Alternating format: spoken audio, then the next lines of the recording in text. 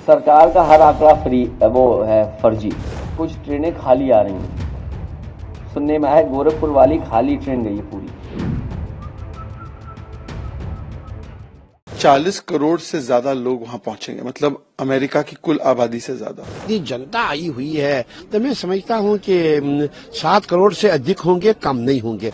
अखिलेश जी को भारतीय संस्कृति और सभ्यता से क्या रार है कि बार बार प्रश्न उठाते हैं। अखिलेश जी को यदि केवल तस्वीरें देखने या वहां पर प्रत्यक्ष जाने का मौका मिले तो उनको दिखाई देगा कि एकता, आस्था और भक्ति का महाकुंभ है, जिसमें कि करोड़ों करोड़ों श्रद्धालुओं ने ऑलरेडी अमृत स्नान करने का काम और वहां पर पहुंचने का काम किया है।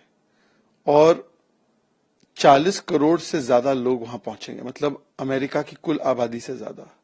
एक तरफ तो महाकुंभ की पूरी दुनिया में, पूरे विश्व में चर्चा हो रही है, सनातन और हिंदू समाज की प्रशंसा हो रही है इस पूरे आयोजन के लिए। पर यह दुख की बात है कि बार बार यहीं पर बैठे कुछ लोग सनातन का, हिंदू का अपमान अपनी पहचान बना चुके हैं। पहले भी कहना कि महाकुंभ में जाकर मरना है क्या, ये उनके विधायक ने कहा। महाकुंभ के विषय में अफजाल अंसारी ने कहा कि एक ट्रेन भरकर वहां पर गांजा फूका जाएगा, मतलब वहां के साधुओं का कितना बड़ा अपमान किया गया। मठाधीश माफिया होते हैं, ये अखिलेश जी ने कहा। शिवलिंग के विषय में जो उन्होंने कहा कि जाकर मुख्यमंत्री के घर में खोज लो, किस प्रकार से इनके चरित्र में या डीएनए में राम भक्तों को गोलियां चलाकर उसका गर्व मनाना है, किस प्रकार से राम मंदिर को बेकार बोला गया राम गोपाल यादव जी के द्वारा। तो सनातन को दो गाली, महाकुंभ को दो गाली ताकि मिले वोट बैंक की ताली, इस प्रकार की बातें करना, ये इनके वोट बैंक की, इनकी राजनीति की प्रणाली बन चुकी है।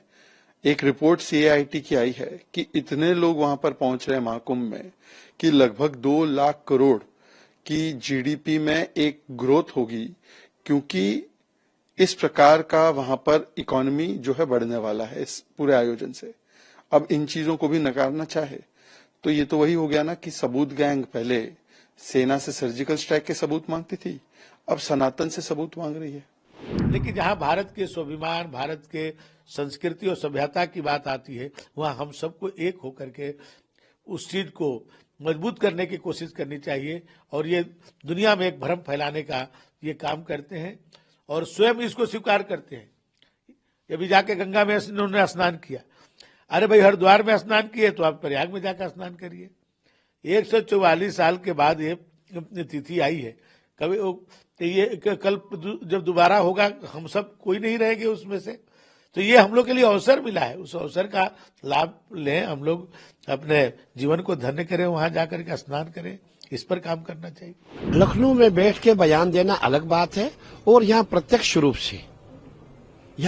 रूप से जो हम लोग बैठे हुए हैं, हम देख रहे हैं हमारे जितने अखाड़े हैं, जितनी जगह हैं, जितने प्लाट्स हैं, जहां भी आप जाएंगे लोग ही लोग दिखाई दे रहे हैं। और हमने देखा कश्मीर से कन्याकुमारी, और आपने देखा होगा असम के लोग यहाँ हैं, गुजरात के लोग यहाँ हैं। इतनी जनता आई हुई है तो मैं समझता हूँ कि 7 करोड़ से अधिक होंगे, कम नहीं होंगे, क्योंकि पूरा मेला क्षेत्र ऐसा लग रहा था कि पूरा हिंदुस्तान का वास प्रयागराज में ही है। तो फिर साफ दिखाई देता है कि बहुत भीड़ थी, और इतनी भीड़ थी कि हमने ऐसी भीड़ पहली बार देखी है। और अभी अगला जो मौनी अमावस का स्नान आने वाला है, उसमें आप इससे चुगनी भीड़ दिखाई देगी। तब तो करीबन मैं समझता हूँ 20 करोड़ जनता हो जाएगी। तब क्या होगा?